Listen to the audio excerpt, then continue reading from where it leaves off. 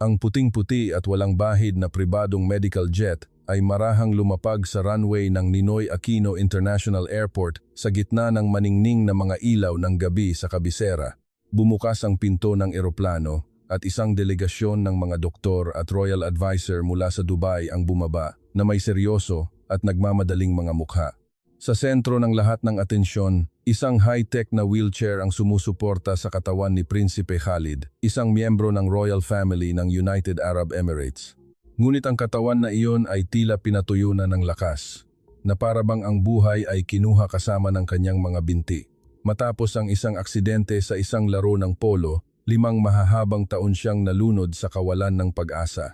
Sinabi sa kanya ng mga pinakatanyag na ospital sa mundo ang parehong bagay, hindi na siya makalalakad muli.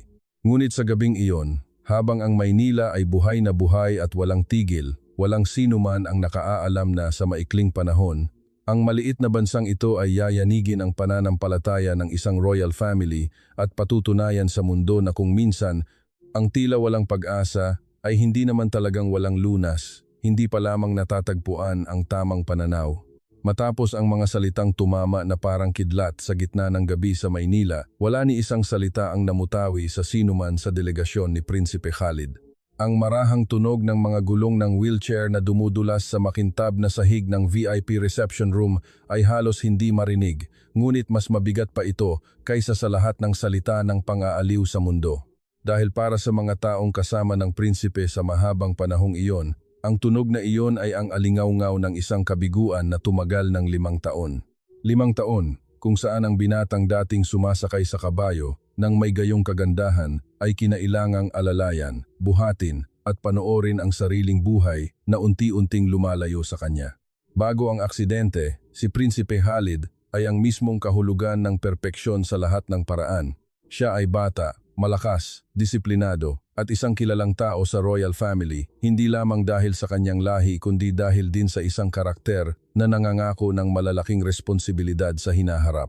Ang laro ng polo sa araw na iyon ay walang kakaiba, isang ordinaryong araw lamang sa isang buhay na puno ng karangalan, bilis at kumpiyansa. Ngunit walang sino man ang makakaalam na sa isang iglap, ang kanyang kabayo ay titindig, ang kanyang katawan ay malakas na ibabagsak sa lupa, at ang pagbagsak na iyon ay kukunin ang lahat ng sabay-sabay. Matapos ang aksidente, ang unang emergency room ay puno ng kaguluhan. Ang medical team ay pabalik-balik at iba't ibang uri ng life support equipment ang ginamit ng sabay-sabay. Ang tunog ng mga utos ay humalo sa mga tahimik na panalangin ng pamilya. Nang lumabas ang mga unang resulta, agad na nagbago ang mukha ng punong doktor. Ang spinal cord ay malubhang nasira. Isang mahalagang sistema ng nerbiyos ang lubhang naapektuhan at bagamat walang sinuman ang nangahas na sabihin ang pinakamalupit na mga salita ng direkta, nagsimulang maunawaan ng lahat na ang buhay ng binatang prinsipe ay hindi na magiging katulad ng dati. Mula noon, lahat ng bagay sa kanyang buhay ay napalitan ng salitang paggamot. Ang palasyo ay naging isang medical coordination center na hindi natutulog. Ang listahan ng mga espesyalista mula sa buong mundo ay patuloy na ipinadadala. Estados Unidos, Inglaterra, Alemanya, Switzerland, ang mga pangalan ng pinakamahuhusay na ospital sa mundo ay binabanggit na parabang iyon na ang huling pag-asa. Paulit-ulit, dinala ng kanyang pribadong eroplano ang prinsipe sa iba't ibang kontinente para sa operasyon, physical therapy, ebalwasyon at pagsubok ng mga bagong teknolohiya na kumakapit sa pinakamaliit na posibilidad na natitira. Ngunit sa tuwing may sisiklab na pag-asa, mabilis din itong namamatay. Ang ilang mga doktor ay nagsalita ng maingat, ang iba ay labis na prangka, at ang ilan ay sinubukang pumili ng mas banayad na mga salita, ngunit ang kahulugan ay laging iisa. Ipinaliwanag nila sa wikang siyentipiko, sa pamamagitan ng mga CT scan, sa pamamagitan ng mga chart, sa pamamagitan ng mga istatistika at sa pamamagitan ng tumpak na ebidensya na hindi kayang tutulan ng puso na ang pinsala ay masyadong malubha para gumaling. Ang pangungusap na ito ay hindi lamang sinabi ng isang beses, kundi umalingaw-ngaw ng paulit-ulit sa mga ospital sa iba't ibang bansa hanggang sa tuluyan itong tumatak sa isipan ni Prinsipe Khalid, mas malalim pa kaysa sa mga sugat sa kanyang katawan.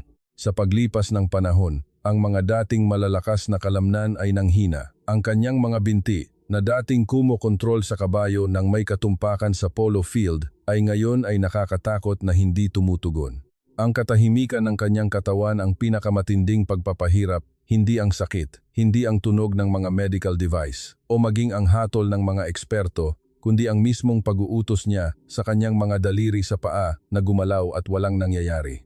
Ang puwang na iyon ay unti-unting kumain sa kanya mula sa loob, na nagdulot sa kanya na magduda kung siya pa ba ang may-ari ng sarili niyang katawan. Sa unang taon, lumaban pa rin ang prinsipe. Sa ikalawang taon, sinubukan pa rin niyang magtiis. Sa ikatlong taon, nagsimulang maglaho ang kanyang ngiti. Sa ikaapat na taon, halos hindi na siya nagsasalita tungkol sa hinaharap. At nang pumasok ang ikalimang taon, ang natira ay hindi na pag-asa kundi isang walang katiyakang pag-iral. Tinanggap niya ang mga therapy ayon sa schedule. Pinayagan niya ang kanyang care team, pinayagan niya ang lahat sa paligid niya na magpatuloy sa kanilang trabaho. Ngunit sa kaibuturan ng kanyang puso, hindi na siya naniniwala na may anumang maaaring magbago. Ang malalaking halaga ng pera, kapangyarihan ng hari, isang pandaigdigang network, makabagong teknolohiya, lahat ng bagay na hindi kayang abutin ng isang ordinaryong tao ay inilagay sa kanyang paanan. Gayunpaman, nanatili siyang nakaupo sa wheelchair na iyon. Marahil ang pinaka-naghihirap ay hindi lamang ang prinsipe, kundi ang kanyang ina, ang reyna. Nakita niya ang kanyang anak na dating masigla, na unti-unting nagsasara sa sarili. Nakita niya ang mga mata nito na dating nagniningning sa kumpiyansa na naging blanko. Nakita niya ang binatang dating pumapasok sa silid na puno ng enerhiya na naging isang taong ni hindi man lang tumitingin sa labas ng bintana ng walang emosyon.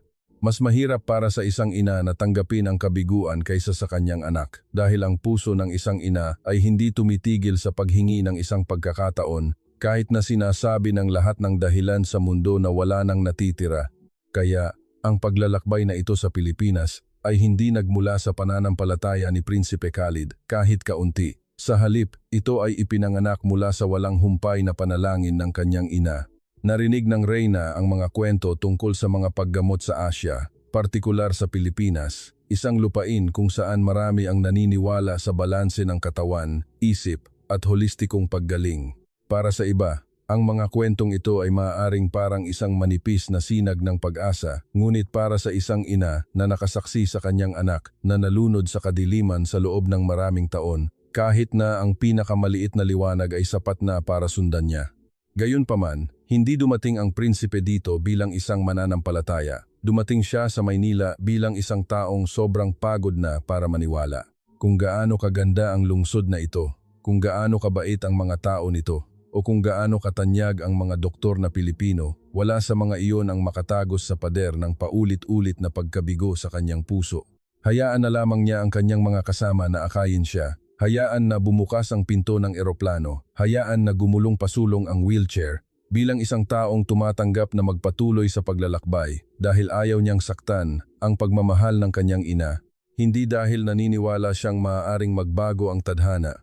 At iyon mismo ang dahilan kung bakit napakahalaga ng gabing ito sa Maynila. Dahil bago pa man maganap ang anumang tunay na paggaling, narating na ng buhay ni Prinsipe Khalid ang pinakamadilim na punto nito. Hindi siya naghihintay ng himala. Hindi na nga siya umaasa na mayroon pang himala. Ngunit kung minsan, ang mga kwentong tunay na nagbabago sa buhay ng mga tao ay nagsisimula sa sandaling ang kanilang mga puso ay wala ng lakas na maghintay. At kung minsan, ang pinakamalalim na pagbabago ay hindi nagsisimula sa isang sagot, kundi sa pakikipagtagpo sa isang taong nakikita ang ating sakit sa paraang iba sa buong mundo. Ang Royal Convoy ay tahimik na umalis sa Ninoy Aquino International Airport. Ang mga ilaw ng mga sasakyan ay humaba sa mga malalaking abenida ng kabisera sa gitna ng isang lungsod na tumatangging matulog kahit sa gabi. Sa magkabilang gilid ng kalsada, puno pa rin ng buhay. Ang mga kainan sa kalye ay umuusok pa rin ang samyo ng mainit na sinigang, mabangong adobo at malamig na sagot gulaman ay naghahalo sa hangin. Ang mga jeepney ay mabilis na dumadaan. Ang mga tao ay nagtatawanan at nag-uusap sa ilalim ng dilaw kahel na mga ilaw na sumasalamin sa basang bangketa matapos ang isang kamakailang pag-ulan. Ang buong lungsod ay tila may sariling ritmo, isang ritmo na hindi masyadong nagmamadali at malupit, ni masyadong tahimik at malungkot, kundi puno ng sigla, init at isang banayad ngunit matatag na hininga. Ngunit sa gitnang sasakyan, ang pinakatahimik na sasakyan, ang binatang nasa sentro ng lahat ay parang nasa ibang mundo. Si Prinsipe Khalid ay nakaupo ng walang kibo sa kanyang espesyal na wheelchair, ang kanyang mga mata ay blangkong nakatingin sa labas ng bintana. Nakita niya ang mga ilaw na sumasalamin sa salamin, ang mga convenience store na bukas pa, ang mga ordinaryong tao na umuuwi na may dalang mga supot ng pagkain, na may mga pagod ngunit payapang mukha. At ang mga imaheng iyon ay sumakit sa kanyang puso sa isang kakaibang paraan. Dahil ang mayroon ng mga taong iyon nang hindi iniisip, para sa kanya, ay naging hindi na maabot. Ang paglalakad gamit ang sariling mga paa, ang paghinto saan man nila gusto, ang mabuhay ng hindi kailangang may bumubuhat sa kanya sa lahat ng oras. Habang lalong nagiging masigla ang Maynila, lalong nagiging malinaw ang katahimikan sa kanyang puso. Ang buong delegasyon ay patungo sa isang nangungunang pribadong ospital sa sentro ng Cabecera na kilala sa mga internasyonal na pasyente para sa mataas na kalidad ng pangangalaga nito. Ngunit ang nagpapaiba sa lugar na ito mula sa maraming iba pang mararangyang sentrong medikal sa mundo ay hindi lamang ang pagiging moderno nito, kundi isang Pilipinong pagiging Pino na nakatago sa bawat sulok. Mula sa ilaw sa mga pasilyo na hindi masyadong nakasisilaw o matapang, sa banayad na amoy ng mga halamang gamot na lumulutang, hanggang sa boses ng receptionist na napakagalang na halos walang sinuman ang nakakaramdam na sila ay sinusuri, kundi sa halip ay inaalagaan. 1, 2, 3. Nang itulak ang wheelchair ni Prinsipe Khalid sa mga salaming pinto, patungo sa espesyal na lugar ng paggamot, naghihintay na ang isang pangkat ng mga doktor at nurse. Lahat sila ay yumuko bilang paggalang. Walang sino man ang nagpakita ng pagkataranta sa mataas na katayuan ng pasyente, ngunit wala ring sino man ang binaliwala ang kabigatan ng sitwasyon. Ang bawat tingin ay kalmado at lubos na magalang. Ito ay isang pagtanggap sa istilong Pilipino, walang labis na pagpapakitang gilas, ngunit nagpaparamdam sa mga bisita ng katapatan mula sa unang sandali. 1, 2, 3. Sa grupong iyon, isang lalaki ang namumukod tangi sa harap na nakasuot ng malinis na puting Amerikana. Ang kanyang kilos ay hindi masyadong mahigpit para magdulot ng distansya, ni masyadong kaswal para magmukhang mababaw. Siya si Dr. Jose Reyes, isang espesyalista sa rehabilitative medicine at neuromotor function. Ang kanyang pangalan ay hindi ang pinakatanyag sa kanluraning mundo, hindi madalas na lumalabas sa mga pabalat ng mga internasyonal na medical journal at wala siyang kilos ng isang taong gustong magpahanga sa iba. Ngunit sa sandaling lumapit siya kay Prinsipe Khalid, naramdaman ng prinsipe ang isang bagay na iba kumpara sa mga nakaraang doktor. Hindi ito emosyon, hindi ambisyon, at hindi ang kumpiyansa ng isang taong gustong patunayan ang sarili, kundi isang katahimikan na nagmumula sa isang taong alam na alam kung ano ang kanyang hinahanap. Si Dr. Reyes ay bumati sa isang malinaw, banayad, at maikling Tagalog bago yumukod bilang paggalang sa reyna at sa delegasyon. Ang kanyang kilos ay napakasimple na halos walang formalidad, ngunit ito ay nagpakalma sa buong silid sa isang hindi maipaliwanag na paraan. Hindi siya nagsimula sa pamamagitan ng pag-uusap tungkol sa kanyang reputasyon, hindi nagmamadaling mangako ng mga himala, at hindi nagpakita ng pananabik sa paggamot sa isang miyembro ng royal family. Sinabi lamang niya na ngayong gabi, gusto niyang personal na suriin ang prinsipe ng detalyado dahil kung minsan, ang pinakamahalagang mga sagot ay hindi matatagpuan sa 100 pahinang ulat, kundi sa kung ano ang sinusubukang sabihin ng katawan ng tahimik. Ang maikling pahayag na iyon ay nagpasulyapan sa ilang mga dayuhang tagapayo. Dahil sa loob ng maraming taon, ang mga medikal na ulat ay naging lahat sa kasong ito mga MRI, X-ray, resulta ng neuroassessment, mga chart ng paghahambing ng rehabilitasyon. Lahat ay nasuri ng paulit-ulit hanggang sa halos wala nang nag-iisip na ang aktwal na katawan ng pasyente ay may iba pang matutuklasan. Ngunit hiniling ni Dr. Reyes na magsimula doon, mula sa pasyente, hindi mula sa mga dokumento. Ang silid-suriang espesyal ay nanatiling tahimik habang nagsisimula ang pagsusuri, walang mga makina na gumagawa ng ingay, tanging mainit na ilaw at ang mga tiyak na galaw ng bihasang doktor. Sinuri niya ng mabuti ang lahat ng mga resulta ng pagsusuri ngunit hindi lamang tumigil sa mga larawan ng pinsala sa spinal cord. Inobserbahan niya ang pagkakahanay ng balakang, ang paninikip ng mga kalamnan sa hita, ang tensyon sa ibabang likod, Ang antas ng paninikip ng mga malalalim na kalamnan, ang pinakamaliit na reaksyon ng balat at maging ang paraan ng paghinga ni Prinsipe Khalid habang sinusubukan niyang kontrolin ang sakit ng hindi ipinapakita. Pagkatapos, ipinagpatuloy niya ang pagsusuri sa katawan sa paraang halos hindi alam ng mga dayuhang medical team. Ang kanyang mga daliri ay ritmikong pumindot sa mga kalamnan at mga koneksyon na maaaring hindi ituring na mahalaga ng isang ordinaryong tao. Mas matagal siyang gumugol kaysa sa inaasahan ng sinuman isang sinasadyang haba ng panahon, tulad ng isang taong nagbabasa ng isang lihim na wika sa katawan ng ibang tao na may pinakamataas na atensyon. Sa simula, walang inaasahan si Prinsipe Khalid. Hinayaan niyang mangyari ang lahat tulad ng dati. Ngunit habang nagpapatuloy ang pagsusuri, nagsimula siyang makaramdam na iba sa pagkakataong ito. Ang doktor na ito ay hindi tumitingin sa kanya na may mga mata ng isang taong sinusubukang kumpirmahin ang isang lumang diagnosis. Naghahanap siya ng isang siwang, isang maliit na puwang sa pagitan ng imposible at ng hindi pa dumarating. Sa huli, huminto ang mga kamay ni Dr. Reyes sa ibabang likod. Bahagyang nagbago ang kanyang ekspresyon, hindi dahil sa pagkagulat, kundi may mga mata ng isang taong nagsisimulang pagsama-samahin ang mga piraso. Tumingin siya sa kanyang pangkat bago magalang na bumaling sa reyna at nagsalita sa isang boses na sapat na tiyak para malaman ng lahat na ang sasabihin niya ay hindi lamang mga salita ng pang-aaliw. Sinabi niya na ang pinsala sa spinal cord ay talagang napakalubha at wala siyang intensyon na itanggi ang mga katotohanang medikal na hinarap ng prinsipe sa loob ng maraming taon. Ngunit sa kanyang nakita at naramdaman, ang problema ay maaaring hindi lamang limitado sa lokasyon ng pinsala. Maraming bahagi ng malalalim na kalamnan ang nasa isang estado ng malubhang talamak na paninikip. Ang sistema ng motor ay patuloy na nakalak sa loob ng mahabang panahon at ang sirkulasyon, reaksyon at bahagi ng mga senyales ay tila hindi gumagana, hindi dahil wala ng potensyal, kundi dahil marahil ay hindi pa sila kailanman nagising ng maayos. Ang silid ay lalong naging tahimik. Isang dayuhang doktor ang agad na kumunot noo. Hindi siya direktang tumutol, ngunit ang kanyang ekspresyon ay nagpahayag ng malalim na pagdududa. Gayunpaman, si Dr. Reyes ay hindi nagmadaling magbigay ng mahabang paliwanag. Nagpatuloy lamang siyang magsalita nang mahinahon na ang modernong medisina ay napakahusay sa pagtukoy sa lokasyon at kalubhaan ng pinsala. Samantala, ang holistikong agham ng rehabilitasyon, tulad ng pinaniniwalaan sa Pilipinas, ay naniniwala na kung minsan ang isang katawan na tila ganap na hindi gumagalaw ay maaaring hindi pa nawalan ng lahat.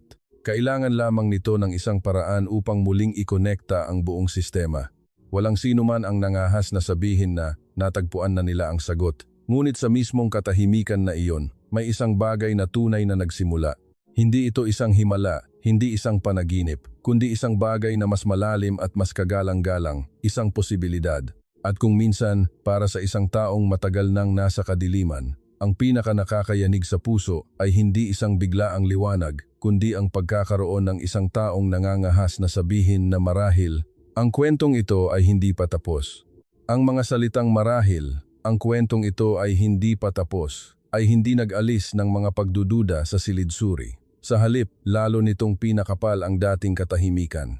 Ang mga royal advisor mula sa Dubai ay maingat na nagkatinginan.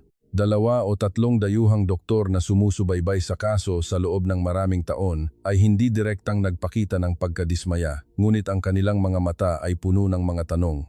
Ang mga taong ito ay dumaan na sa hindi mabilang na nangungunang ospital, pinag-aralan ang mga CT scan hanggang sa makabisado ang mga pinsala at narinig ang tiyak na mga pahayag ng mga nangungunang eksperto sa mundo ng paulit-ulit na nagsasabing halos wala ng pag-asa sa landas na ito. Ang mahinahong paggigiit ng isang Pilipinong doktor na mayroon pa ring posibilidad ay hindi madaling tanggapin. Ngunit ang naiiba sa gabing iyon ay hindi nagsalita si Dr. Reyes sa tono ng isang taong gustong manalo. Hindi niya itinanggi ang mga naunang ebidensya, hindi minaliit ang paraan ng pag-iisip ng mga kanluraning doktor at hindi sinubukang itaas ang kanyang agham sa anumang ibang larangan. Simpleng tumayo lamang siya sa gitna ng pagdududa at ipinaliwanag sa isang malalim, mainit at mahinahong boses na ang modernong medisina ay nag-ambag ng malaki sa sangkatauhan, lalo na sa tumpak na diagnosis, operasyon, pagtatasa ng antas ng pinsala at pagkontrol sa mga krisis. Ngunit kasabay nito, ang pagpapanumbalik ng buhay ng isang tao ay hindi maaaring umasa lamang sa mga scan at numero. Dahil ang katawan ng tao ay hindi lamang binubuo ng mga buto, nerbiyos at individual na kalamnan. Ito ay malalim na konektado sa isang komplikadong sistema. Bumaling siya kay Prinsipe Khalid at nagpatuloy ng dahan-dahan na para bang pumipili ng mga salitang hindi makakasakit sa damdamin ng sinuman. Sinabi niya na sa nakalipas na 5 taon, ang katawan ng prinsipe ay hindi lamang nagdusa mula sa isang aksidente, kundi naharap din sa isang matagal na estado ng hindi pagkilos. Ang mga malalalim na kalamnan ay dumanas ng malubhang talamak na paninikip. Ang sistema ng motor ay unti-unting nakalimutan ang natural na ritmo nito. Naapektuhan ang sirkulasyon ng dugo at humina ang ilang mga reaksyon dahil walang sinuman ang talagang nakalapit sa ugat ng naipon na tensyon at pagbara. Sa madaling salita, ang tila ganap na nawala ay maaaring mayroon pa ring mga bahagi na hindi patay. Natutulog lamang sila ng napakalalim upang magising sa pamamagitan ng mga karaniwang pamamaraan. Ang paliwanag na ito ay hindi agad nakumbinsi ang lahat, ngunit hindi rin nito pinayagan ang sinuman na sumabad. Pagkatapos ay nagpatuloy siyang magsalita tungkol sa isang konsepto ng paggamot na nag-ugat sa kulturang Pilipino at Asyano na matagal nang pinahahalagahan ang balanse sa pagitan ng katawan at isip. Maraming Pilipino ang lumaki na may pag-unawa na ang sakit ay hindi lamang isang dysfunction ng isang organ, kundi isang kawalan ng balanse na nagdudulot ng chain reaction. Kapag ang katawan ay barado, ang isip ay tensyonado. Kapag ang isip ay nawalan ng pag-asa, lalong nagsasara ang katawan. Sa makatuwid, ang paggamot ay hindi lamang pag-aayos sa nasirang punto, kundi unti-unting pag-alis ng mga buhol sa buong sistema ng may pasensya at katumpakan. 4, 5, 6. Isang mataas na ranggong royal advisor ang natahimik sandali bago direktang nagtanong tungkol sa pamamaraang iminumungkahi ni Dr. Reyes.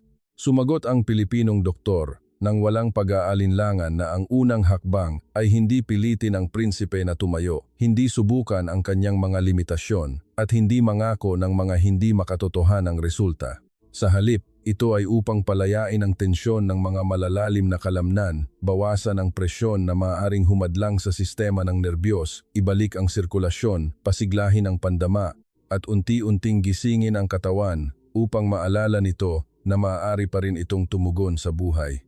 Gagamit siya ng pinagsamang therapy ng manual therapy, acupressure, isang anyo ng tradisyonal na hilot, pag-uunat ng kalamnan, lokal na stimulasyon, at malapit na suporta hindi upang lumikha ng isang himala, kundi upang buksan ang unang pinto na maaaring matagal nang nakasara. Leo, Chi. Ang reyna ay natahimik ng matagal. Ang kanyang mga mata ay namumula dahil sa mga gabing halos hindi siya nakakatulog ng maayos sa loob ng maraming taon, ngunit sa kanyang tingin ay mayroon pa ring lakas ng panalangin. Tumingin siya sa kanyang anak, na nananatiling walang kibo sa wheelchair, bago bumaling kay Dr. Reyes at marahang tumango. Ang pagtangong iyon ay walang kadakilaan ng isang seremonya, walang maingay na utos o komplikadong negosasyon, ngunit ito ay isang kilos ng pagtitiwala sa pinakamahalagang bagay sa isang doktor. Ang pananampalataya sa isang panahon na halos lahat ng iba pa ay bumagsak na. Agad-agad, ang espesyal na silid ng therapy ay mabilis na inihanda, ngunit may organisadong ayos na halos walang sinuman ang kailangang umulit ng isang utos. Ang pangkat ng mga nurse na Pilipino ay tahimik at tiyak na kumilos, na para bang alam na ng lahat ang kanilang mga tungkulin. Ang ilaw sa silid ay malumanay upang maiwasan ang sobrang pag-stimulate sa katawan. Ang banayad na amoy ng mga halamang gamot ay lumulutang mula sa mga inihandang mainit na kompres at langis. Ang mga kagamitan sa physical therapy, mga low-intensity electrical stimulator, mga treatment table, at mga instrumento para sa pagtatasa ng paunang reaksyon ay maingat na inayos. Lahat ay nagbigay ng ibang pakiramdam kumpara sa isang malamig na operating room. Hindi ito isang lugar para labanan ang katawan, kundi isang lugar para anyayahan ang katawan na bumalik. Si Prinsipe Khalid ay maingat na inilipat sa treatment table. Nanatili siyang walang ekspresyon, tulad ng isang taong hindi nangangahas na payagan ang sarili na umasa muli. Ang mga nakaraang pagkabigo ay nagturo sa kanya na maging maingat sa anumang mga salita ng pang-aaliw. Ngunit sa gabing iyon, hindi gaanong nagsalita si Dr. Reyes. Sinabi lamang niya ng maikli na sa ilang mga yugto, maaring makaramdam siya ng tensyon, isang mapurol na sakit o isang mainit na pakiramdam. Hindi ito nangangahulugang isang senyales ng panganib, kundi ang wika na ginagamit ng katawan upang tumugon kapag ang mga nanigas na bahagi ay nagsisimulang mahipo. Pagkatapos, nagsimula ang paggamot. Ang mga kamay ni Dr. Reyes ay matatag ngunit hindi magaspang. Sinimulan niyang i-relax ang mga kalamnan sa ibabang likod, balakang, at hita na may ritmong sapat na malalim upang maabot ang mga layer ng kalamnan na matagal nang naninikip, ngunit sapat na banayad upang hindi labanan ng katawan. Hindi siya nagmamadali, hindi siya kumilos na para bang kailangan niyang patunayan ang isang bagay sa harap ng dayuhang medical team, kundi tulad ng isang bihasang manggagawa na dahan-dahang nag-aalis ng mga buhol ng isang sinulid na matagal ng gusot. Sa tuwing pumipindot siya sa mga kalamnan, bahagyang nanginginig si Khalid. Ang pakiramdam na matagal nang nawala ay hindi bumalik, una, bilang kaligayahan, kundi bilang bigat, isang malalim na sakit at pagkagulat dahil ang mga ito ay nangangahulugan na ang kanyang katawan ay nakakaramdam pa rin sa isang antas. Habang nagpapatuloy ang manual therapy sa loob ng ilang panahon, isang manipis na patong ng pawis ang nagsimulang lumitaw sa noo ng prinsipe. Kinagat niya ang kanyang mga labi, sinusubukang tiisin ang kakaibang pakiramdam. Sa loob ng 5 taon, ang kanyang katawan ay naging tahimik na parang isang lupain na walang buhay. Ngunit ngayon, sa ilalim ng katahimikan na iyon, may isang bagay na marahang nanginginig. Nakita ito ng Pilipinong medical team, ngunit walang sinuman ang nagpakita ng labis na emosyon. Dahil sa kulturang Pilipino ng pagpapagaling, ang pagmamadali at pagpapakitang gilas ay hindi kailanman nakakatulong na mapanatag ang pasyente. Tanging ang kahinahunan, katumpakan at isang malalim na obserbasyon ang kinakailangan, 6 awis. Matapos i-relax ang mga kalamnan, lumipat si Dr. Reyes sa lokal na stimulasyon. Ginamit niya ang kanyang mga daliri upang pindutin at suriin ang mahahalagang koneksyon sa kahabaan ng balakang, likod at hita na humihinto sa ilang mga lokasyon ng mas matagal. Bahagyang tumigas ang kanyang ekspresyon, hindi dahil sa pagkagulat, kundi may mga mata ng isang taong nagsisimulang pagsama-samahin ang isang bagay. Bumaling siya upang utusan ang kanyang assistant na maghanda ng karagdagang low-intensity electrical stimulation equipment at isa pang set ng mainit na compress. Ang kanyang boses ay nanatiling kalmado ngunit naging mas matatag na may mahalagang kahulugan. Isang batang Pilipinang nurse ang mabilis na kumilos upang tumulong. Hindi siya nagtanong ni isang beses, na para bang lahat ay nagsimula nang makita ang parehong landas. Sa sandaling ayaw kumurap ng sinuman, agad na kumunot noo si Prinsipe Khalid. Ang ibabang bahagi ng kanyang katawan ay dumanas ng isang maliit na pag-urong. Hindi ito isang malinaw na paggalaw o isang paggaling na walang sinuman ang nangahas na ideklara, ngunit ito ay isang reaksyon na hindi dapat balewalain. Lumambot ang mga mata ni Dr. Reyes na para bang natanggap na niya ang unang sagot. Hindi siya ngumiti. Hindi binigkas ang salitang himala. Sinabi lamang niya ng napakababa, "Mabuti, nagsisimula ng makipag-usap sa atin ang katawan." Ang pangungusap na iyon ay napakababa na halos isang bulong lamang, ngunit nagpahinto ito sa paghinga ng buong silid. At sa sandaling iyon, walang sino man ang nakaalam kung gaano pa kalayo ang tadhana, walang sino man ang nangahas na igiit kung ang taong dating idineklarang walang pag-asa ay talagang tatayo at makalalakad. Ngunit lahat ng tao sa silid ay lihim na alam na may isang bagay na matagal nang natutulog na tunay na nagsisimulang magising. Matapos ang marahang pahayag ni Dr. Reyes na nagsisimula ng makipag-usap sa atin ang katawan, walang sino man sa silid ang nangahas na gumalaw ng malakas. Maging ang mga dayuhang doktor na dati may mga mata na puno ng pagdududa ay ngayon ay nanatili sa isang kapansine-pansing katahimikan. Dahil ang nangyari ay marahil hindi isang sapat na malaking ebidensya para ideklara ng sinuman ang tagumpay, ngunit sapat na ito upang sirain ang katiyakan na namayani sa kasong ito sa loob ng 5 taon. Ang dating katahimikan na mabigat dahil sa kawalan ng pag-asa ay ngayon ay naging ibang uri ng katahimikan, isang katahimikan dahil lahat ay naghihintay kung ang bagay na kumilos mula sa kadiliman ay muling mamamatay o unti-unting magiging tunay na liwanag. Hindi hinayaan ni Dr. Reyes na dalhin siya ng emosyon. Nagpatuloy siyang magtrabaho sa isang mahinahon at sistematikong ritmo. Isang kakaibang kaayusan na parabang alam niya na ang pinakamahalagang sandali ng paggamot ay hindi kapag may pag-asa ang lahat, kundi kapag kailangang mag-ingat upang ang pag-asa na iyon ay hindi magmadali sa lahat ng bagay hanggang sa hindi na makayanan ng katawan. Agad niyang inayos ang plano ng tiyak, binawasan ang ilang presyon, dinagdagan ang mga mainit na kompres sa mga puntong mas maraming reaksyon ang mga kalamnan, at inutusan ang kanyang assistant na maghanda ng isang karagdagang antas ng lokal na stimulasyon. Ngunit lahat ay sumusunod pa rin sa parehong prinsipyo, walang pilitan, walang pagmamadali, at walang pagtatakot sa katawan upang hindi ito muling magsara. Si Prinsipe Khalid ay nakahiga ng walang kibo sa treatment table. Gayunpaman, sa katahimikan na iyon, ang pakiramdam sa loob niya ay hindi na katulad ng dati. Nagsimula siyang makaramdam ng isang bagay na matagal na niyang hindi naramdaman. Hindi ito isang malinaw na sakit o isang simpleng presyon, kundi isang malalim na bigat na pakiramdam na parabang sa bahaging ganap ng tahimik, isang mahinang hininga ang bumabalik. Ang pakiramdam na iyon ay nagpabilis sa tibok ng kanyang puso nang higit pa sa inaakala niya. Dahil para sa isang ordinaryong tao, ang makaramdam ng sakit o hirap ay maaaring hindi komportable, ngunit para sa isang taong ang ibabang bahagi ng katawan ay naging tahimik na parabang pag-aari ng ibang tao, kahit na ang pinakamaliit na bigat na pakiramdam ay may kahulugan na halos tulad ng pagdinig sa tawag ng isang tahanan na akala niya ay nawala na magpakailanman. Unti-unting binago ni Dr. Reyes ang lokasyon ng stimulasyon. Dinaanan niya ang buong therapy, mula sa ibabang likod hanggang sa balakang, sa hita, binti at paa. Ang bawat punto na hinawakan ng kanyang mga kamay ay parang naghahanap ng mga maliliit na switch na pinatay sa dilim. Ginamit niya ang parehong kaalaman sa rehabilitative medicine, pag-unawa sa anatomy, at maraming taon ng karanasan sa pagsasagawa ng mga tradisyonal na therapy ng Pilipinas.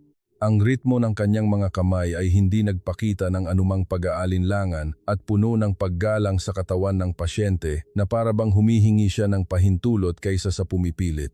Habang lalong lumalalim ang stimulasyon, isang low-intensity electrical stimulator ang ikinabit sa ilang mga pangunahing punto. Ang mga maliliit na ilaw sa aparato ay ritmikong kumikislap. Ang tunog ng aparato ay halos hindi marinig, na humahalo sa hininga ng mga tao sa silid na lumilikha ng isang tensyonado ngunit payapang kapaligiran. Isang Pilipinang nurse ang marahang humawak sa mga bukong-bukong at tuhod ng may kapansini-pansing lambot, habang ang isa pa ay nagmamasid sa ekspresyon ng mukha, paghinga at pinakamaliit na reaksyon ng prinsipe nang hindi inaalis ang tingin. Walang gaanong nagsalita, walang labis na pang-aaliw. Alam ng lahat na sa sandaling iyon, ang katawan ang nagsasalita at ang kanilang tungkulin ay makinig ng malinaw hanggat maaari. Ilang minuto pagkatapos, muling kumunot noo si Prinsipe Khalid. Sa pagkakataong ito, hindi lamang ito isang panandaliang pag-urong, kundi isang pakiramdam na parang isang mahinang agos ng kuryente na dumadaloy sa kanyang mga daliri sa paa, na parabang hindi mabilang na maliliit na bagay ang gumagalaw sa ilalim ng kanyang mga paa. Agad siyang tumingin kay Dr. Reyes. Ang kanyang mga mata ay puno ng tunay na pagkagulat, hindi isang pilit na pag-asa, kundi ang pagkabigla ng isang taong kadarating lamang na natuklasan na ang mga guho na tinitirhan niya sa loob ng mahabang panahon ay maaaring naglalaman pa rin ng buhay. Napansin ni Dr. Reyes ang sandaling iyon. Hindi siya nagmadaling sabihin na iyon ay isang senyales ng huling paggaling, kundi sinabi lamang na mag-focus at damhin ang lahat ng dahan-dahan. Huwag masyadong pilitin ang sarili dahil kung minsan, mas mahusay tumugon ang katawan kapag ang isip ay hindi masyadong nababahala. Ang mga salitang iyon ay may malakas na Pilipinong katangian, hindi nagmamadali, hindi pumipilit, hindi nagdaragdag ng bigat ng inaasahan sa pasyente sa pinakamahina niyang sandali, kundi tinutulungan siyang marahang makisama sa kung ano ang nangyayari. Pagkatapos, dumating ang sandali na hindi malilimutan ng sinuman sa silid. Lumapit si Dr. Reyes sa dulo ng mesa, tumingin ng diretso kay Prinsipe Khalid at hiniling sa kanya na subukan ang isang bagay na sa nakalipas na 5 taon ay halos walang kahulugan. Ito ay ang subukang magpadala ng isang utos. Subukan lamang na magpadala ng isa pang utos. Ang kahilingan na iyon ay tila simple, ngunit mabigat na parang isang bundok. Dahil ginawa na iyon ni Prinsipe Khalid nang hindi mabilang na beses sa mga silid ng physical therapy, sa kanyang pribadong silid at sa mahahabang gabi na walang nakakakita sa kanya. Tinitigan niya ang kanyang mga daliri sa paa hanggang sa mamula ang kanyang mga mata. Ibinuhos niya ang lahat ng kanyang lakas ng isip sa katahimikan, ngunit hindi kailanman nakatanggap ng anumang reaksyon. Ang pinakamahirap na bagay ay hindi ang igalaw ang daliri sa paa, kundi ang mangahas na maniwala muli na ang utos mula sa kanyang utak ay maaari pa ring makarating sa destinasyon nito. Dahan-dahan siyang huminga, ang kanyang mga mata ay nakatitig sa kanyang mga daliri sa paa, hindi kumukurap. Ang silid ay napakatahimik na halos marinig ang tibok ng kanyang puso, walang gumalaw.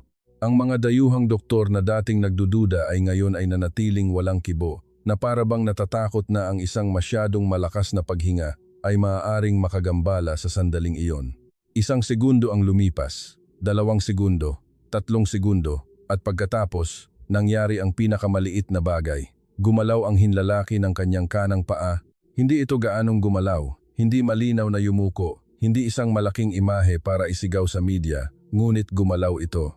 Gumalaw lamang ito ng kaunti, tulad ng isang maliit na alon sa ibabaw ng tubig, ngunit para sa mga nasa silid na iyon, para itong niyanig ang buong mundo. Ang reyna ay agad na nagtakip ng kanyang bibig, ang mga luha ay hindi mapigilang tumulo. Ang ilang matataas na ranggong tagapayo ay umatras pa ng isang hakbang na parabang hindi kayang tanggapin ng kanilang mga katawan ang kanilang nakikita. Ang 2 Pilipinang nurse ay nagkatinginan sandali. Ang kanilang mga mata ay agad na namula, ngunit sinubukan pa rin nilang panatilihin ang kanilang propesyonal na kahinahunan. Para sa mga dayuhang doktor na sumusubaybay sa kaso sa loob ng maraming taon, ang kanilang mga mukha ay nagpakita ng isang ekspresyon na parabang isang bahagi ng kanilang mundo ay gumuho sa harap ng kanilang mga mata. Ngunit ang pinakanagulat ay si Prinsipe Khalid mismo. Tumingin siya sa kanyang mga daliri sa paa na parabang hindi niya kailanman nakilala ang mga ito. Ang katigasan na ginamit niya upang protektahan ang kanyang puso sa loob ng maraming taon ay mabilis na gumuho. Ang kanyang mga mata, na dating tuyo, ay unti-unting namula. At iyon ang unang pagkakataon sa loob ng maraming taon na hindi niya naramdaman na ang kanyang katawan ay isang tahimik na bilangguan. Sa sandaling iyon, hindi niya naramdaman na gumaling na siya. Hindi siya nangahas na isipin ang tungkol sa pagtayo o pagbabalik sa normal na buhay. Ngunit alam niya, sa kaibuturan ng kanyang puso, na isang pinto na matagal nang nakasara ay bumukas na isang maliit na siwang lamang. At ang liwanag mula sa siwang na iyon ay sapat na maliwanag upang yanigin ang kanyang buong buhay. Si Dr. Reyes ay nanatiling kalmado tulad ng dati. Marahan lamang siyang tumango at sinabing, "Hindi pa tayo nanalo sa lahat ngayon, ngunit mayroon tayong pinakamahalagang ebidensya. Ang katawan ay maaari pa ring tumugon." Ang mga salitang iyon ay hindi isang pagdiriwang. Ito ay pag-asa na matatag na nakalagay sa lupa upang hindi ito lumipad ng masyadong mataas at pagkatapos ay bumagsak, ngunit hindi rin hayaang maglaho muli. Gayunpaman, sa tahimik na kagalakan na iyon, isa pang damdamin ang nakatago sa puso ni Prinsipe Khalid, takot. Dahil alam na alam ng mga taong matagal nang nabigo na ang pag-asa ay maaaring maging mas masakit kaysa sa kawalan ng pag-asa kung sa huli ay gumuho ito muli. Kaya hindi siya nangahas na ngumiti ng buo, hindi nangahas na magsalita ng marami. Tanging ang mga luhang namuo sa gilid ng kanyang mga mata at isang nanginginig na mahinang hininga ang nagpakita na sa loob niya ay hindi na katulad ng dati. Sa gabing iyon, walang sinuman ang direktang bumigkas ng salitang himala, ngunit alam ng lahat sa silid na ang hangganan sa pagitan ng imposible at posible ay nalampasan na. At para sa isang taong dumanas ng 5 taon na nakaupo sa malamig na hatol ng mundo, ang maliit na paggalaw ng isang daliri sa paa at isang gabi sa Maynila ay hindi lamang isang reaksyon ng kalamnan. Ito ay ang pagbabalik ng dignidad, pag-asa, at ang pinakamahalagang patunay ng kwentong ito. Kung minsan, ang tinatawag ng mundo na katapusan ay ang sandali lamang na hindi pa natin natatagpuan ang tamang pinto. Sa gabing iyon, matapos ang bahagyang paggalaw ng kanang hinlalaki ni Prinsipe Khalid, ang mundo ng mga tao sa silid ay hindi na naging katulad ng dati. Bagamat sa labas, lahat ay nanatiling payapa, walang sigawan o labis na pagpapakita ng kagalakan, tulad ng karaniwan sa kulturang Pilipino. Kapag ang mga bagay ay marupok pa sa kaibuturan ng mga mata ng lahat, ang pagkabigla ay mas malinaw kaysa sa anumang salita. Ang maliit na himala na kadarating lamang ay hindi lamang yumanig sa pananampalataya ng medical team at mga tagapayo, kundi maging sa puso ng binatang naipit sa kawalan ng pag-asa sa loob ng 5 taon. Alam ni Dr. Reyes na ang sandaling ito ay napakahalaga. dahil ang panahon na nagsisimulang tumugon ang katawan matapos ang mahabang panahon ng hindi pagkilos ay hindi ang oras para magmadali, kundi ang oras na nangangailangan ng katumpakan. Kaya agad niyang inayos ang plano ng paggamot. Hiniling sa rehabilitation team na maghanda ng isang tuloy-tuloy na programa para sa susunod na araw at idiniin sa lahat na mula sa sandaling ito, ang kailangan nilang gawin ay hindi ang habulin ang malalaking resulta, kundi ang panatilihin ang ritmo ng paggising na ito. Kailangan nilang payagan ang sistema ng nerbiyos, mga kalamnan, sirkulasyon at pandama ng katawan na muling magkonekta sa pinakamatatag na paraan. Kinabukasan, nagising ang Maynila sa banayad na sikat ng araw na tumatagos sa malalaking bintana ng espesyal na apartment. Nagising si Prinsipe Khalid na may kakaibang pakiramdam sa kanyang katawan.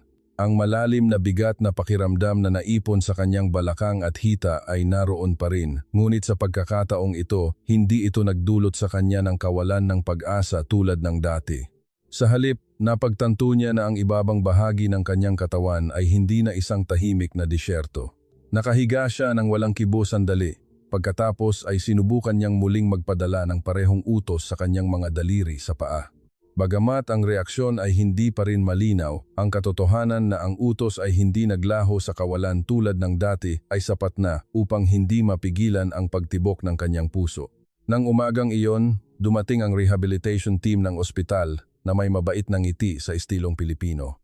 Ani, hindi sila nagsalita ng magagarbong mga salita. Hindi inulit ang himala ng nakaraang gabi, kundi sinimulan ang araw sa isang simpleng saloobin na para bang sinasabi sa pasyente na ang pinakamahalagang bagay ay hindi ang pananabik sa nangyari, kundi ang tulungan itong lumago ng ligtas. Muling sinuri siya ng mabuti ni Dr. Reyes. Tinasa niya ang resistensya sa mga kalamnan, ang antas ng reaksyon ng mga nerbiyos, ang tensyon sa mga malalalim na layer ng kalamnan, pati na rin ang unti-unting nagbabagong estado ng pag-iisip ng prinsipe. Pagkatapos, nagsimula ang bagong yugto ng paggamot. Sa pagkakataong ito, hindi lamang ito pag-relax ng kalamnan at point stimulation tulad ng unang gabi, kundi idinagdag din ang isang serye ng mas malalim na pagkonekta sa katawan. Ginamit ni Dr. Reyes ang mga diskarte sa manual therapy kasama ang mga tiyak na pag-uunat ng kasukasuan na unti-unting tinutulungan ang balakang, ibabang likod at ang pagkakahanay ng mga binti na magsimulang gumana ng magkakasuwato muli. Ipinaliwanag niya sa prinsipe sa isang mahinahong boses na ang tunay na paggaling ay hindi lamang tungkol sa pagtugon ng mga nerbiyos, kundi ang buong sistema ng katawan na nagsisimulang alalahanin ang sarili nitong papel tulad ng isang musikero sa isang malaking orkestra na matagal nang huminto sa pagtugtog at ngayon ay kailangang muling makuha ang ritmo. Dahil dito, ang stimulasyon ay naging mas malalim, mas tiyak at bahagyang mas malakas. Nagsimulang makaramdam si Prinsipe Khalid ng sakit at tensyon sa mga puntong matagal na niyang hindi naramdaman, na minsan ay kailangan niyang magngit-ngit ang kanyang mga ngipin upang hindi makagawa ng ingay. Ngunit kahit na ang sakit na iyon ay nagpapawis sa kanya sa noo, ni isang sandali ay hindi niya ginustong huminto ang paggamot dahil sa bawat bigat, bawat panginginig, bawat maliit na kirot na dumadaloy sa kanyang mga binti, nararanasan niya ang isang bagay na mas mahalaga kaysa sa anupaman, ang kamalayan na tunay pa rin siyang konektado sa kanyang katawan. Matapos ang isang panahon ng therapy at stimulasyon, nagsimulang subukan ni Dr. Reyes ang isang bagay na mas mahalaga kaysa sa paggalaw ng mga daliri sa paa. Hiniling niya sa prinsipe na subukang isipin na iangat ang kanyang kanang binti ng bahagya mula sa kama hindi nagmamadali. Hindi ginagamit ang buong katawan para hilahin ito. Subukan lamang na magpadala ng intensyon bilang isang banayad na utos. Paulit-ulit, pinikit ni Prinsipe Khalid ang kanyang mga mata sandali. Ang kanyang paghinga ay mas malalim at mas mabagal kaysa dati. Sa loob niya ay puno ng parehong pag-asa at takot. Dahil ang paggalaw ng daliri sa paa ay maaring isang magandang senyales, ngunit ang pag-angat ng binti ay ibang usapan. Nangangahulugan ito ng pagtawag sa mga kalamnan na mas mabigat, mas komplikado at mas malayo sa alaala ng katawan ng mas matagal. Sa unang segundo, walang nangyari. Sa sumunod na segundo, ang kama ay nanatiling walang kibo. Ngunit pagkatapos, bahagyang nanginig ang mga kalamnan sa kanyang hita. Agad na nanliit ang mga mata ng ilang miyembro ng treatment team. Nakita nila ang parehong bagay. Hindi ito isang walang direksyong pag-urong, kundi isang sinasadyang reaksyon na para bang sinusubukan ng katawan na sundin ang isang utos mula sa utak na may napakalaking hirap. Kaunti pa, dahan-dahan, sabi ni Dr. Reyes ng napakababa. Muling huminga ng malalim si Prinsipe Khalid. Tumigas ang kanyang noo, kitang-kita ang mga ugat sa tabi ng kanyang sentido. Ang buong katawan niya ay tila ibinubuhos ang lahat ng lakas na mayroon siya sa mundong ito. At sa wakas, ang kanyang kanang binti ay talagang umangat mula sa kama. Bagamat kaunti lamang, ilang sentimetro lamang, at ito ay nanginginig ng hindi mapigilan, ngunit umangat ito. Agad niyang iminulat ang kanyang mga mata na para bang siya mismo ay hindi makapaniwala sa nangyari.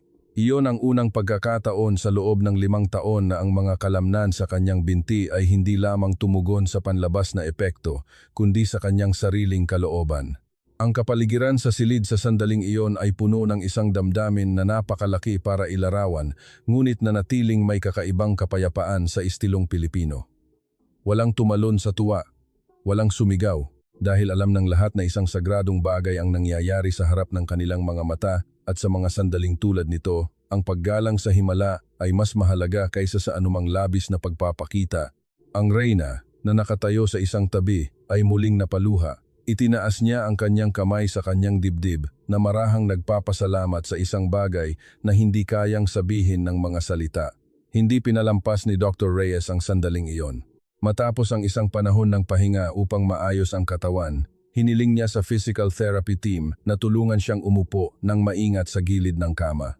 Ang puntong ito ay hindi lamang tungkol sa paggamit ng lakas ng mga binti, kundi may kinalaman din sa balanse ng itaas na katawan, katatagan at pananampalataya na nawala sa loob ng maraming taon. Dahan-dahang itinaas si Prinsipe Khalid.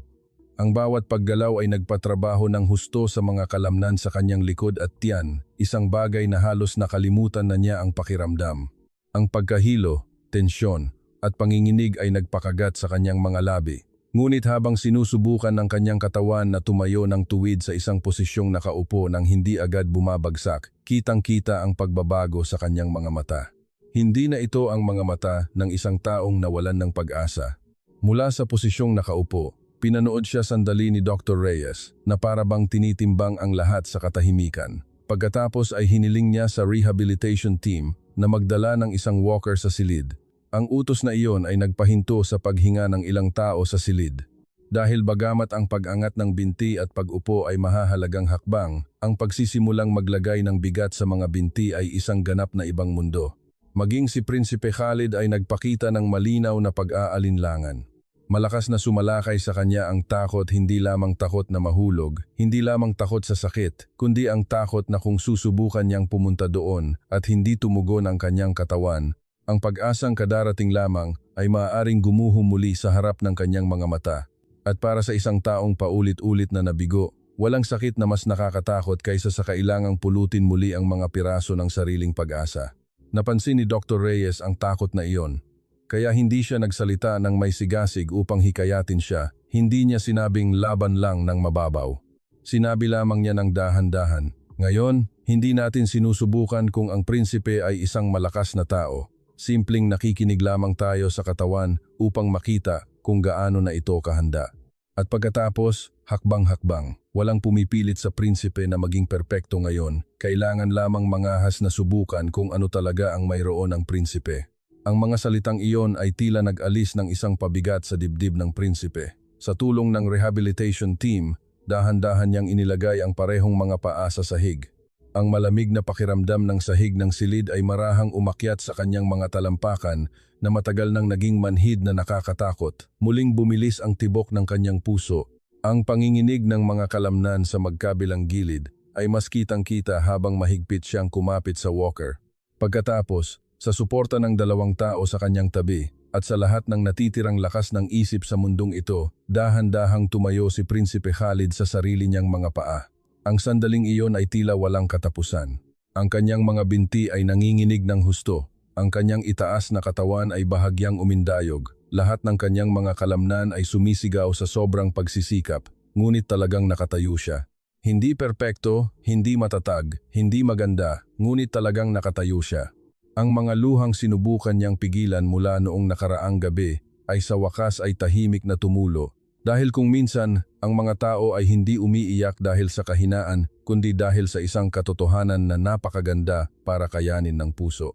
At para kay Prinsipe Khalid, ang sandaling muling tiniis ng kanyang mga binti ang bigat ng sarili niyang katawan ay ang sandali kung saan ang dignidad, pag-asa, at sangkatauhan na matagal nang nalanta ay nagsimulang dumaloy pabalik sa kanya bawat piraso. Sa araw na iyon, hindi pa siya nakakalakad ng malayo. Hindi pa malayang kumilos, hindi pa bumabalik sa dati niyang sarili, ngunit ang himala ay hindi na lamang isang salita ng pang-aaliw. Nagsimula na itong magkaroon ng bigat, temperatura, panginginig ng mga kalamnan, pawis, luha, at higit sa lahat, nagsimula na itong maging isang katotohanan na mararamdaman niya sa sarili niyang katawan. Matapos ang sandaling iyon na ang buong bigat ng kanyang katawan ay dinala ng kanyang sariling mga binti sa unang pagkakataon sa loob ng maraming taon, hindi lamang naramdaman ni Prinsipe Khalid na kaya niyang tumayo, kundi naramdaman din niya na may isang bagay sa kanyang puso na nadurog na tahimik na binubuo muli. Ang panginginig sa kanyang mga kalamnan ay naroon pa rin, ang kanyang paghinga ay hindi pa rin regular, at ang kanyang mga palad ay mahigpit pa ring nakakapit sa walker.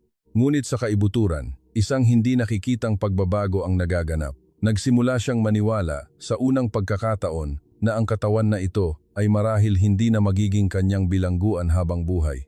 Gayunpaman, hindi kailanman hinayaan ni Dr. Reyes na ang dakilang sandaling iyon ay mag-alis sa sinuman sa katotohanan. Marahan niyang ipinaliwanag sa prinsipe na ang pagiging kayang tumayo ay hindi ang katapusan ng paggamot, kundi ang unang pinto lamang. Sa paglampas sa pintong iyon, mayroon pang mahabang daan na tatahakin. Ang mga kalamnan na matagal nang hindi ginagamit ay mahina pa rin. Ang sistema ng balanse na matagal nang natutulog ay kailangang gisingin ng dahan-dahan. At ang takot na nakatago sa kanyang puso ay kailangang pagalingin tulad ng mga tissue at nerbiyos. Kung masyado silang magmamadali, ang bagay na pinaghirapang buhayin ay madaling umurong muli. Sa mga sumunod na umaga, ang programa ng rehabilitasyon ni Prinsipe Khalid ay maingat na binalak tulad ng isang gawa ng sining na nangangailangan ng parehong agham at pagiging sensitibo. Bawat sandali ng araw ay may kahulugan mula sa masinsinang therapy sa umaga, pagsasanay sa pagkontrol ng itaas na katawan at pagdadala ng bigat sa huling bahagi ng umaga, stimulasyon ng nerbiyos at lokal na physical therapy sa hapon hanggang sa pag-relax ng kalamnan at mga ehersisyo sa paghinga sa gabi. Ang treatment team ay hindi nagmamadali na maghanap ng mga kamangha-manghang resulta, kundi naglatag ng pundasyon para sa matatag na paggamit ng katawan sa pinakaligtas na paraan. Ito ay isang natatanging katangian ng pangangalaga sa istilong Pilipino na nagpapahalaga sa pagiging katamtaman, pagpapatuloy, at pagiging Pino kaysa sa pagpapakitang gilas. Sa mga unang araw ng pagsasanay sa paglalakad, halos ganap pa ring umaasa ang prinsipe sa walker. Bawat hakbang ay nangangailangan ng pinakamataas na konsentrasyon at halos lahat ng lakas ng isip na mayroon siya. Iaangat niya ang kanyang paa ng kaunti, kikilos pasulong ng may katigasan at ibababa ito ng maingat na parabang ang lupa sa harap niya ay isang layer ng yelo na handang mabasag anumang oras. Minsan, kapag masyadong matagal na nakatayo, nanginginig ang kanyang mga kalamnan na parabang babagsak na ang buong katawan niya. Ngunit sa tuwing pagod na siya, ang Pilipinong rehabilitation team ay hindi nagbigay ng mga walang saysay na pang-aaliw. Tumayo lamang sila doon, matatag, tinutulungan siyang panatilihin ang ritmo, pinaaalalahanan siyang huminga, inuulit na ang isang maliit na hakbang ay isang hakbang pa rin at walang sino man ang umaasa na ang isang buhay na huminto sa loob ng 5 taon ay maaaring tumakbo muli sa loob ng ilang araw. Ang mismong kabaitan na ito ang unti-unting pumasok sa puso ni Prinsipe Khalid. Sa loob ng maraming taon, nakilala niya ang mga napakahusay na doktor, mga kilalang doktor sa buong mundo at mga sistema ng paggamot na napakamoderno na halos hindi mapintasan. Ngunit madalas niyang naramdaman na para siyang isang kaso lamang, isang problemang medikal na kailangang suriin, lutasin at malinaw na itala. Gayunpaman, sa Pilipinas, nagsimula siyang makaranas ng ibang bagay. Dito, walang sino man ang tumingin sa kanya bilang isang prinsipe lamang. Walang sino man ang tratuhin siya ng isang paggalang na lumilikha ng distansya. Ngunit wala ring sino man ang nagparamdam sa kanya na siya ay isang sugat lamang sa isang X-ray film. Lahat ay tumingin sa kanya bilang isang taong nagdurusa, at ginagawa ang lahat ng kanyang makakaya upang mabawi ang kanyang buhay. Isang Pilipinang nurse ang madalas na nagdadala ng maligamgam na tubig sa kanya pagkatapos ng pagsasanay na may mabait na ngiti. Isa pang batang physical therapist ang paulit-ulit na nagpakita ng mga ehersisyo nang hindi kailanman nagpakita ng pagkabagot, mismong si Dr. Reyes. Sa kabila ng maraming responsibilidad, halos sa tuwing sinusuri siya ay hindi lamang nagtatanong kung may kinatatakutan ba siya o kung gaano kahanda ang kanyang isip sa araw na iyon. Ang mga tanong na ito ay tila hindi direktang nauugnay sa paglalakad, ngunit sa katunayan, tinutumbok nila ang ugat ng paggaling. Dahil hindi kailanman maaaring tunay na tumayo ang isang tao kung ang kanilang puso ay nakahandusay pa rin sa lupa. Habang lumilipas ang mga araw, lalong nasanay si Prinsipe Khalid sa ritmo ng buhay sa Maynila. Mula sa bintana ng kanyang espesyal na apartment, tiningnan niya ang lungsod sa ibang paraan na hindi niya inaasahan. Ang trapiko ay masikip pa rin. Ang mga tao ay nagmamadali pa rin, umuulan at tumitila pa rin ng bigla. Ngunit sa ilalim ng kaguluhan na iyon, laging may nakatagong kakaibang init. Nagsimula niyang mapansin na maraming Pilipino ang may mga pagod na mukha ngunit hindi naninigas. Isang magalang na paraan ng pagsasalita na hindi peke at ngumingiti sila sa isa't isa kahit sa maliliit na bagay.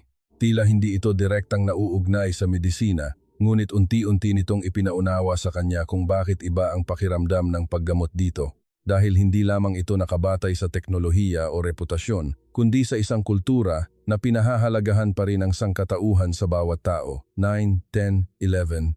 Ang pagbabagong iyon ay lalong naging malinaw sa bawat araw ng pagsasanay. Dati, madalas na sumusunod ang prinsipe sa mga utos dahil lamang ayaw niyang biguin ang kanyang ina. Ngayon, nagsimula siyang magsanay sa sarili niyang intensyon. Binibilang niya ang kanyang sariling mga hakbang, inaalala ang pakiramdam ng bawat bahagi ng kanyang kalamnan, nagtatanong tungkol sa mga prinsipyo ng paggamot.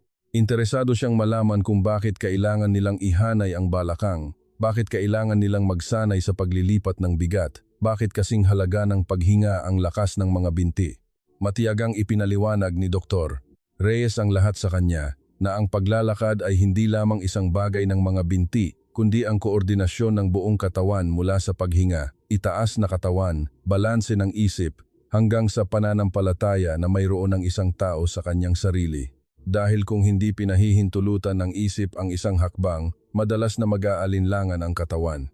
Mula sa mga hakbang na ganap na umaasa sa walker, lumipat siya sa paglalakad sa pagitan ng mga parallel bar sa silid ng rehabilitasyon. Mahigpit ang kanyang pagkakahawak sa mga bar. Sa simula, ang kanyang katawan ay matigas pa rin at hindi natural. Ngunit ang malinaw na pagkakaiba mula sa unang araw ay sa tuwing inaangat niya at ibinababa ang kanyang paa, hindi na lamang siya sumusunod sa isang gabay. Nararamdaman niya mismo ang hakbang na iyon. Nararamdaman niya ang kanyang mga talampakan na dumadampi sa lupa, kung paano nito dinadala ang bigat, kung paano bahagyang umiikot ang kanyang balakang, at kung paano pinapanatili ng kanyang katawan ang balanse. Ang pakiramdam na matagal nang nawala ay unti-unting bumabalik, na para bang muling isinusulat ng buhay ang mapa ng mga orihinal na daan sa kanyang katawan. Isang araw, pagkatapos ng maraming araw ng tuloy-tuloy na pagsasanay, tahimik siyang pinanood ni Dr. Reyes sandali bago sinyasan ang rehabilitation team na umatras ng mas malayo kaysa karaniwan. Ang utos na iyon ay nagpabilis sa tibok ng puso ni Prinsipe Khalid dahil alam niya kung ano ang ibig sabihin nito. Ngayon, hindi na siya hahawakan ng malapitan tulad ng dati. Marahil ay babantayan pa rin siya, ngunit hindi na siya aalalayan sa buong paglalakbay.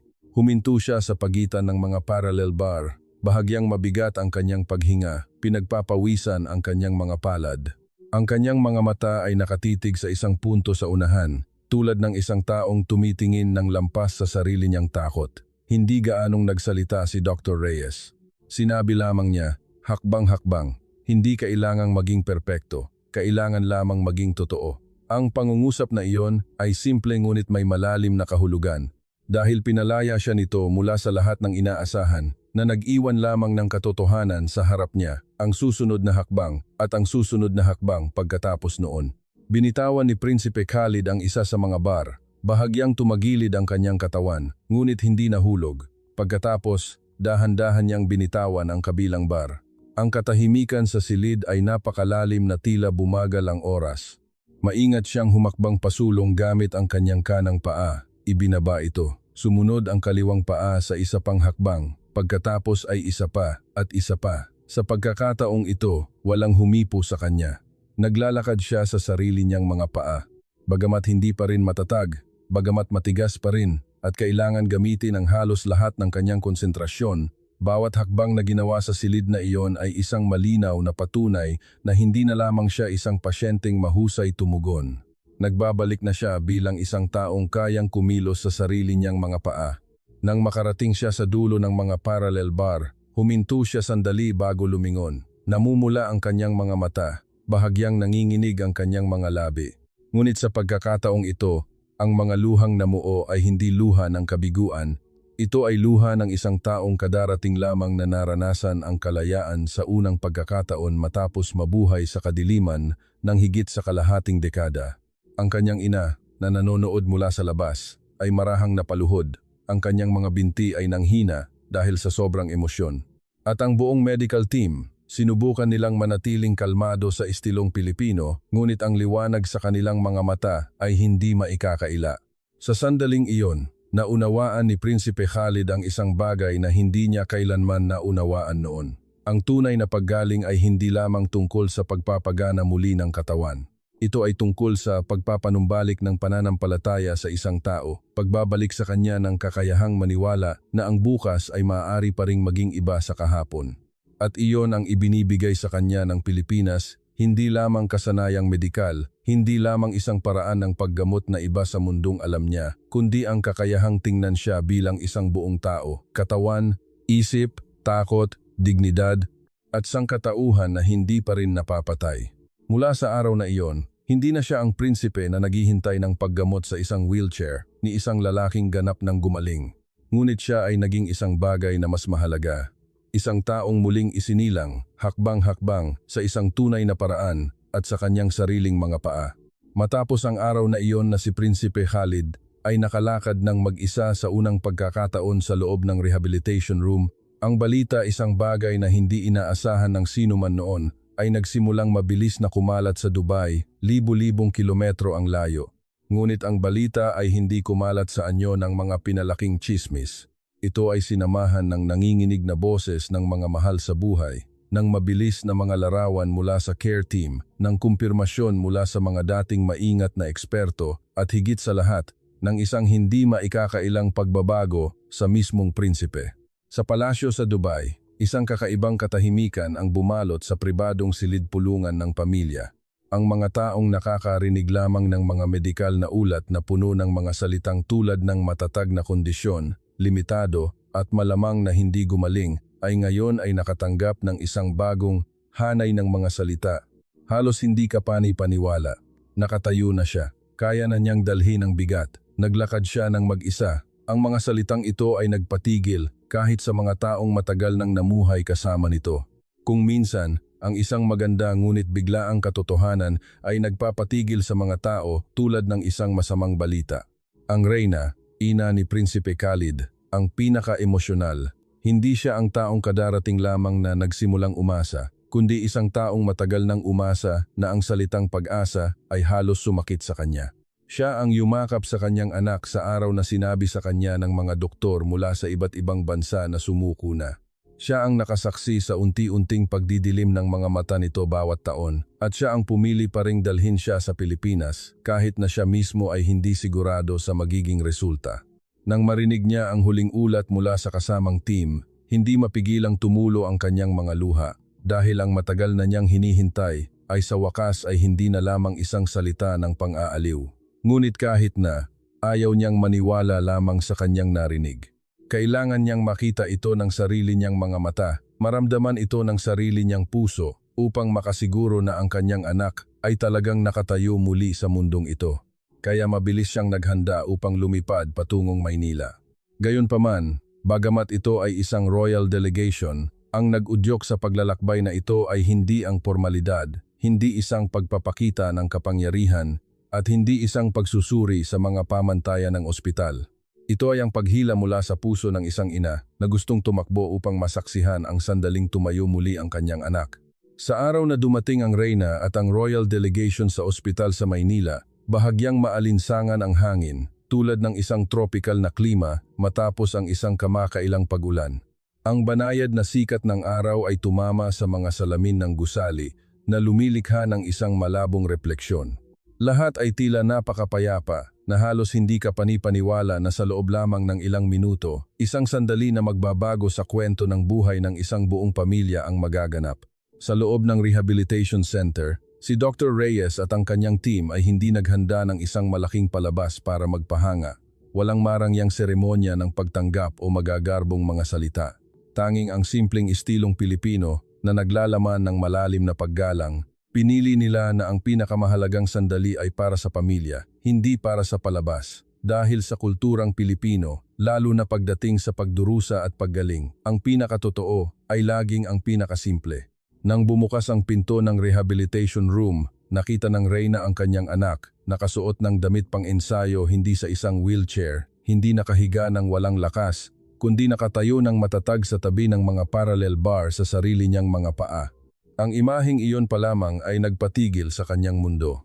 Lumingon si Prinsipe Khalid sa kanyang ina, agad na namula ang kanyang mga mata. Hindi na kailangan ng karagdagang paliwanag, hindi na kailangan ng mga ulat para patunayan. Dahil sa mga tingin na ipinagpalit ng mag-ina, ang buong kwento ng nakaraang 5 taon ay ganap na nag-o-overlap. Ang mga gabing umiiyak ng tahimik, ang mga araw na kailangang marinig ang malupit na mga diagnosis ng paulit-ulit, ang mga walang saysay na pagsisikap, ang pagod na halos mawalan na ng pag-asa, at ang pag-ibig na tumangging bumitaw. Pagkatapos, humakbang siya ng dahan-dahan. Ang pangalawang hakbang, tensyonado. Ang pangatlong hakbang, nangangailangan pa rin ng kanyang buong konsentrasyon. Ngunit ito ay tunay na paglalakad gamit ang mga binti na dating hinatulan ng mundo na hindi na kailanman gagana muli. Itinaas ng reyna ang parehong mga kamay sa kanyang bibig, at ang mga luha ay bumuhos na parang isang biglaang nasirang dam. Hindi na niya mapanatili ang kanyang eleganteng royal na kilos. Dahil sa sandaling iyon, hindi siya ang kinatawan ng korte ni isang marangal na babae. Siya ay isang ina lamang na kadarating lamang na nasaksihan ang kanyang anak na tumayo sa harap niya matapos isipin na hindi na niya muling makikita ang imaheng iyon sa buhay na ito.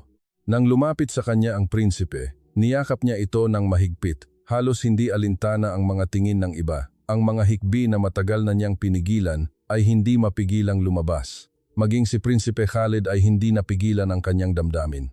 Niyakap niya ang kanyang ina ng mahigpit, tulad ng isang binatang walang titulo, walang pabigat, walang mga mata ng mundo sa kanyang mga balikat, isang ina lamang at isang anak na kadarating lamang na nabawi ang buhay. Ang ilang miyembro ng delegasyon ay tumalikod na may mga luhang mata, hindi maitago. Maging ang mga bodyguard na malapit na sumama sa prinsipe at sinanay na laging maging malakas, may mga kailangang tumayo ng walang kibo na nakayuko upang itago ang kanilang mga damdamin.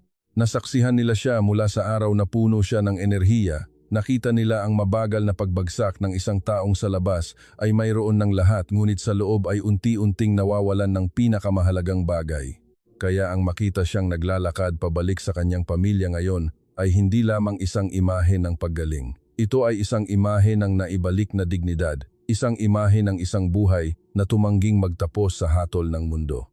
Matapos humupa ang paunang emosyon, bumaling ang reyna kay Dr. Reyes. Basa pa rin ang kanyang mga mata, ngunit puno ng malalim na pasasalamat. Pinasalamatan niya ito sa isang boses na halos hindi mailabas sa kanyang dibdib, hindi isang diplomatikong formalidad, kundi isang ina na alam na walang yaman, kapangyarihan o karangalan sa mundo ang maikukumpara sa pagkakita sa kanyang anak na tumayo muli. Tinanggap ni Dr. Reyes ang mga salitang iyon nang may kababa ang loob sa istilong Pilipino. Hindi niya inangkin ang kredito, hindi niya sinabi na lumikha siya ng isang himala. Sa halip, idiniin niya na ang nangyari ay resulta ng maraming pinagsamang salik. Ang kooperasyon ng rehabilitation team, ang disiplina ng prinsipe, ang suporta ng pamilya, at higit sa lahat, ang katotohanan na ang katawan ng tao kung minsan ay may mas malaking nakatagong potensyal kaysa sa iniisip natin kung bibigyan ng tamang pagkakataon at pangangalaga na nagpapahalaga dito bilang isang buong tao. Ang mga salitang iyon ay nagpatahimik sa reyna dahil nagsimula siyang maunawaan ang isang bagay na mas malalim kaysa sa tagumpay sa harap niya. Sa loob ng maraming taon, ang kanyang pamilya ay may access sa pinakamahusay na teknolohiya, pinakamalaking mapagkukunan ng pananalapi at pinakatanyag na mga eksperto. Gayunpaman, sa Pilipinas, ang nagbago sa lahat ay hindi ang karangyaan o pagpapakita ng kapangyarihan, kundi ang pagtingin sa kanyang anak bilang isang buong tao. Nakikita ang parehong pisikal na mga sugat, ang naipon na tensyon, ang takot, ang katahimikan, ang pagkawala at ang dignidad na nananatili pa rin sa loob niya. Iyon mismo ang nagpabago sa kahulugan ng ospital na ito at ng bansang ito, ang Pilipinas, sa mga mata ng mga bisita mula sa gitnang silangan. Hindi na lamang ito ang bansa kung saan gumagaling ang kanyang anak o isang destinasyon lamang na pinuntahan nila dahil naubos na ang lahat ng opsyon. Ito ay nagiging isang lugar na tunay na nagbabago sa tadhana ng isang royal family. Isang lupain na nagparamdam sa isang pamilyang tila mayroon na ng lahat, na ang ilang mga bagay sa mundong ito ay hindi mabibili ng pera ngunit maaaring mangyari sa pamamagitan ng tamang kaalaman, tamang puso, at isang kabaitan na hindi iniiwan ng mga tao sa kanilang pinakamadilim na sandali. Nang hapong iyon, sa ilalim ng malabong ilaw ng silid-pulungan, isang tahimik at malalim na pag-uusap ang nagsimula sa pagitan ng delegasyon ng Dubai at ng Pilipinong medical team. Ang mga palitan ng salita ay hindi lamang tungkol sa susunod na hakbang ng paggamot, kundi naglalaman din ng isang bagay na mas malaki. Nagsimula silang mag-usap tungkol sa mga konseptong medikal na tumitingin sa katawan sa isang holistikong paraan, tungkol sa posibilidad ng pagpapalitan ng kaalaman, at tungkol sa kung ano ang natanggap ng pamilya ng prinsipe mula sa Pilipinas na lampas sa mga klinikal na resulta. Dahil kapag ang isang tao ay nababawi ang buhay sa isang halos hindi kapanipaniwalang paraan, ang kwentong iyon ay hindi maaaring manatili lamang sa loob ng pamilya. Ang kwento ni Prinsipe Khalid ay unti-unting nagbabago mula sa kwento ng isang pasyente tungo sa isang bagay na mas malaki. Isang patunay na ang dalawang mundo na dating nagkatinginan sa pamamagitan ng distansya at mga pagkiling ay maaaring magkonekta sa pamamagitan ng pagdurusa, habag at isang kaalaman na tunay na gumagalang sa mga tao. At sa gabing iyon sa Maynila, isang lungsod na dating huling destinasyon lamang ng isang manipis na sinag ng pag-asa, ay unti-unting nagiging isang tulay na malalim na nag-uugnay sa mga puso ng dalawang kultura sa pamamagitan ng maliliit na hakbang ng isang tao bilang simula ng lahat. Sa huling linggo ng paggamot, si Prinsipe Khalid ay hindi na lamang ang lalaking muling tumayo, kundi isang taong tunay na nabawi ang sarili niyang buhay. Mas matatag siyang naglalakad. Ang kanyang mga hakbang ay hindi pa perpekto tulad ng araw bago ang aksidente. Ngunit sa bawat hakbang ay may nakatagong isang bagay na mas malaki kaysa sa perpeksyon. Ang kalayaan, dignidad, at pag-asa na pinatay, at ngayon ay muling sinindihan sa kanyang puso. Sa umaga ng pamamaalam sa Pilipinas, ang kapaligiran sa ospital ay payapa at mainit tulad ng karaniwan. Doon, ang pangkat ng mga doktor, nurse at physical therapist ay nagpaalam na may mabait na ngiti. Tiningnan ni Prinsipe Khalid ang lahat sandali bago yumukod ng may taos pusong paggalang. Dahil alam niya na ang natanggap niya mula sa lupaing ito ay hindi lamang paggamot, kundi ang pagtingin sa kanya bilang isang buong tao, kasama ang lahat ng sakit, takot at halaga na hindi pa rin nawawala. Pagbalik sa Dubai, ang kanyang kwento ay hindi lamang naging isang kamangha-manghang balita sa loob ng royal family, kundi isang pag-uusap na nagsimulang magpabago sa mga lumang paniniwala ng mga tao tungkol sa medisina, paggaling, at ang halaga ng pagtingin sa mga tao sa isang holistikong paraan, hindi lamang sa mga sintomas na ipinapakita. At iyon ang pinakamalalim na aral ng kwentong ito, kung minsan, ang tinatawag ng mundo na walang pag-asa ay hindi nagtatapos dahil talagang naubos na ang daan ng buhay, kundi dahil lamang hindi pa natin natatagpuan ang isang tingin na sapat na malalim upang makita na sa ilalim ng katahimikan ng katawan at puso, laging may buhay na naghihintay na magising muli.